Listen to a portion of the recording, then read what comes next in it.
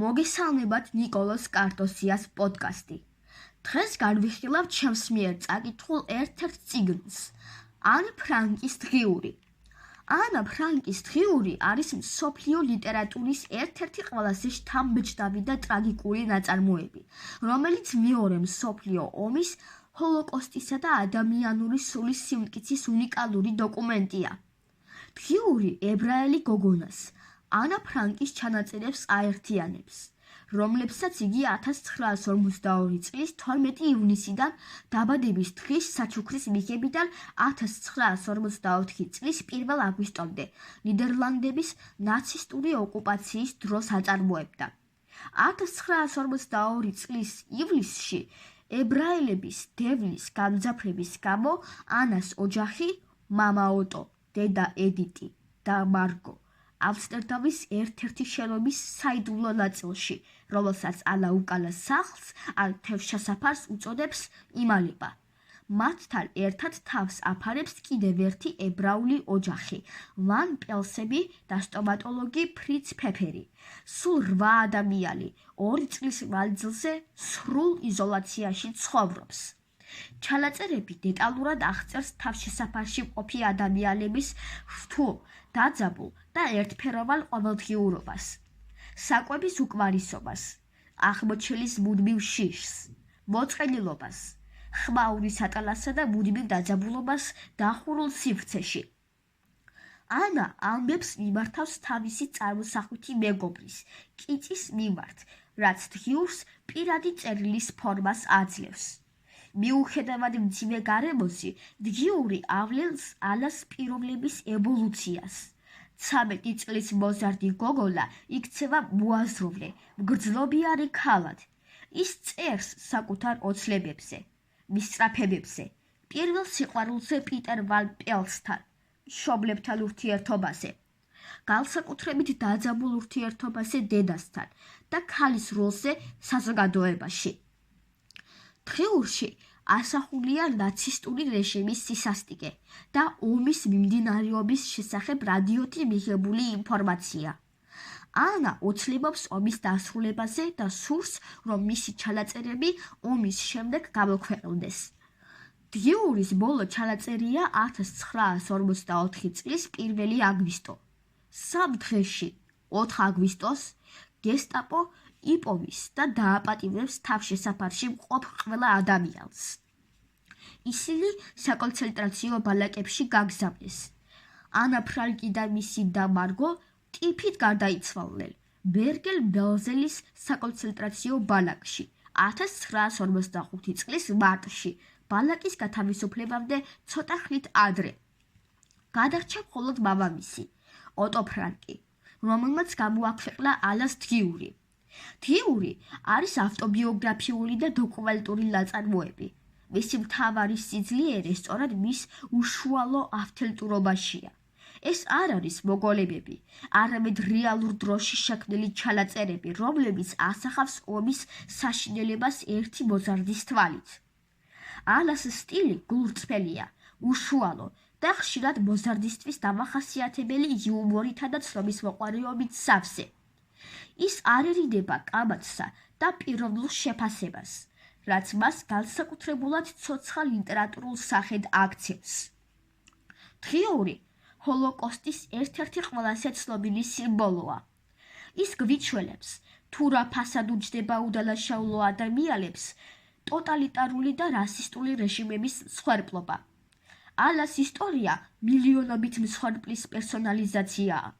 ყველაზე დიდი ტრაგედიის ფონზე ანა მტკიცედ ილარჩულებს რწმენას, რომ ადამიანები გულის სიღრმეში მაინც კეთილები არიან.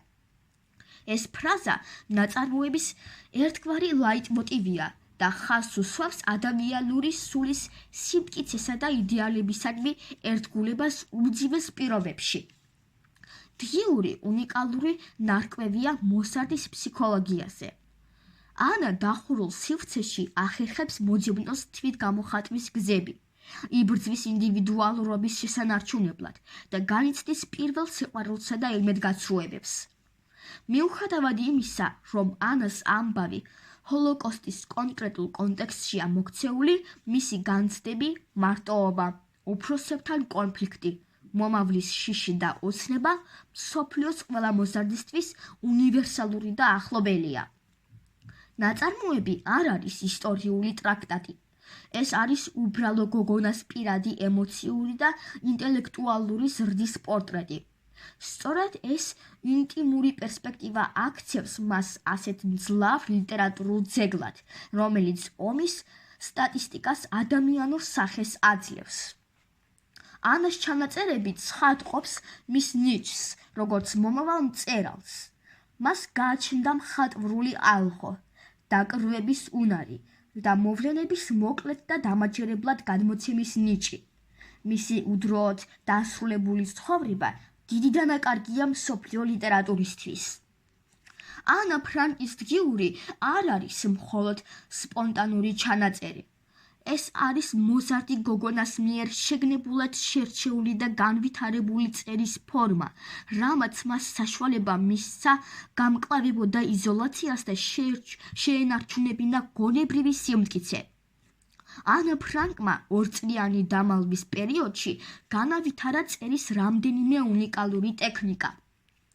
მთავარი ტექნიკა, რომელიც ანა ფრანკმა გამოიყენა, იყო დღიურისთვის პერსონიფიცირებული ადრესატის შექმნა. ანა დღიურს მიმართავს როგორც საუკეთესო მეგობარს კიწის. ეს საშუალებას აძლევს მას გასცდეს უბრალო ფაქტების ჩამოთვლას და წეროს ინტიმური საუბრისეული სტილით. კიწი არის მისი ნდობით აღჭურვილი პირი, ვისთანაც მას შეუძლია ღიად ისაუბროს მის გრძნობებზე, ეჭვებსა და საიდუმლოებებზე. იზოლირებულ სივრცეში, სადაც მუდმივი დაძაბულობაა და ანას არ აქვს საშუალება თავისუფლად ისაუბროს ოჯახის წევრებთან თუ დამალულებთან, კიწი იქცევა ფსიქოთერაპიის საშუალებად. წერა ხდება ემოციური განჭვრთისა და საკუთარი აზრების გარკვევის გზა. მიუხედავად იმისა, რომ დღიური დოკუმენტურია, ანა იყენებს მხატვრული ლიტერატურისთვის დამახასიათებელ ტექნიკას. ანას აქვს გამორჩეული ნიჭი აღწეროს უკანა სახლის მაცხოვრებლები, ვან პელსები, სტომატოლოგი ფეფერი და საკუთარი მშობლები ზუსტი და ცოცხალი დეტალებით. ის აღწერს მათ ნაკლოვანებებს, ჩვევებსა და კონფლიქტებს. ის ქმნის მინი-სცენარებსა და დრამატულ ეპიზოდებს, მაგალითად საკვების მოპარვის, რადიოს მოსმენის საშიში მომენტები, ან პიტერ ვან პელსთან მისი სასიყვარულო ურთიერთობის აღწერა, რაც დღიურს მკითხველისთვის დინამიკურს ხდის. ანას დღიურის ყველაზე მნიშვნელოვანი ასპექტი არის მისი შეგნებული ლიტერატურული ამბიცია. 1944 წლის მარტში ნიდერლანდების ემიგრაციული მთავრობის მინისტრმა გერიტ ბოლკენშტაინმა რადიოთი მიმართა მოქალაქეებს შეენახათ ომის დროინდელი ჩანაწერები და დღიურები, რათა ომის შემდეგ ისტორიული დოკუმენტები შექმნილიყო. ამ მოწოდებამ ანას мотиваცია მისცა. მან დაიწყო თავისი ორიგინალი დღიურის გადაწერა და რედაქტირება წიგნად გამოსაცემად. მან შეცვალა ზოგიერთი ადამიანის სახელი. მაგალითად, ვან პელსები ვან დაანებად. მოიხო ის ნაწილები, რომლებიც ზედმეტად კრიტიკული იყო დედის მიმართ და დაამატა დამატებითი ახსნა განმარტებები. მინდა ვიყო სასარგებლო, მინდა სიამოვნება მივანიჭო გარშემომყოფებს. თუნდაც ისინი, ვინც არასდროს შემხვედრია, მინდა ვიცოცხლო სიკვდილის შემდეგაც. სწორედ ამიტომ ვარ ასეთი მადლიერი ღმერთის, რომელმაც მაჩუქა წერის ნიჭი. ანა ფრანკი, 1944 წლის 5 აპრილი. ეს გვიჩვენებს, რომ ანა არ იყო მხოლოდ მსხვერპლი, არამედ აქტიური ავტორი, რომელიც ცდილობდა თავისი ტრაგიკული გამოცდილება ლიტერატურულ ფორმაში მოექცია. მისი ენა არის მდიდარი, ემოციური და მიუხედავად ასაკისა ღრმად ფილოსოფიური. ამ ტექნიკის წყალობით დღიური არ დარჩა მხოლოდ პირად ჩანაწერად, არამედ იქცა უნივერსალურ ლიტერატურულ ნაწარმოებად.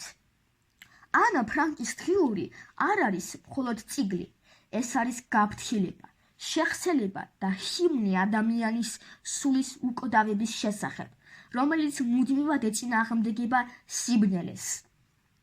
ვგეგმა საახალწლო არდადეგებზე და საზაფხულო არდადეგებზეც წავიკითხო ანა ფრანკის დღიურის მსგავსი ნაწარმოებები, რომელიც ჟანრითაც და თემატიკითაც მჭიდროდ უკავშირდება მეორე მსოფლიო ომის საკონცენტრაციო ბანაკებისა და ადამიანური ტანჯვის შესახებ შექმნილ დოკუმენტურ და ავტობიოგრაფიულ ნაწარმოებებს.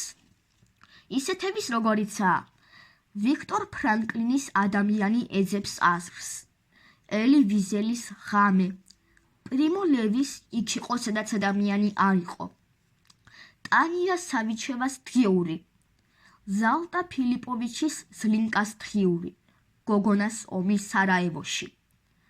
ახლა ვიტყვი დედაჩემის გასაგონად. მინდა რომ ზემოთ ხსენებული წიგნები შევმატოთ ჩემს ცოდნას და პერსონალურ ბიბლიოთეკას. ახლა კი დაგემშვიდობებით. მომავალ პოდკასტამდე.